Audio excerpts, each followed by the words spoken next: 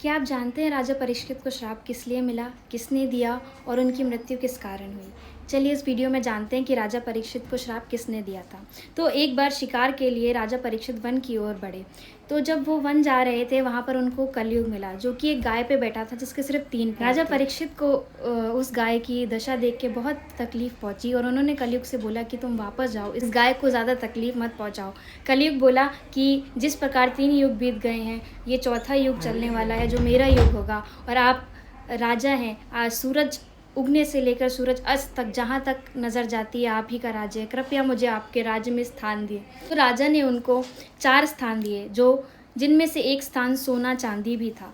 तो कलयुग ने चाल चली और जाके उनके मुकुट में बैठ गए, जो कि सोने का था। वन में जब राजा शिकार के लिए गए, वहाँ पर भ्रमण करते करते उन्हें प्यास लगी, तो पास के श्रमिक ऋषि के आश्रम में गए।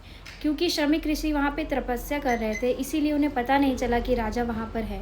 क्योंकि कलयुग राजा के मुकुट में बैठ गया था, इसीलिए राजा को बहुत क्रोध आया, अति क्रोध आया, और अति क्रोध में पास पे पड़ा हुआ मरा हुआ सांप उन्होंने श्रमिक ऋषि के गले में डाल दिया। जब श्रमिक ऋषि का बेटा वहाँ वापस आया तो अपने पिता की ये दशा देख उसे अत्यधिक क्रोध आया और उसने राजा को श्राप दिया कि तुमने मेरे पिता की ये दशा की है, इसी तक्षक नाग के द्वारा 7वें दिन तुम्हारी मृत्यु हो जाएगी। राजा जब अपने देश वापस पहुंचे और उन्होंने अपने सर से मुकुट हटाया, तब उन्हें एहसास हुआ कि हाँ, मैंने कितनी बड़ी गलती कर दी है। तो इस गलती के प्रायश्चित के लिए उन्होंने ऐसा किया कि अपने बेटे जन्मेजय को सारा राज्य सौंप कर नदी के किनारे निकल गए। जब वे नदी के किनारे पहुंचे तो वहाँ मौजूद ब्राह्मण लोगों ने कहा कि ये नियति थी, ये होना ही था, अब आप जाइए और हवन यज्ञ करवाइए, कथा सुनिए।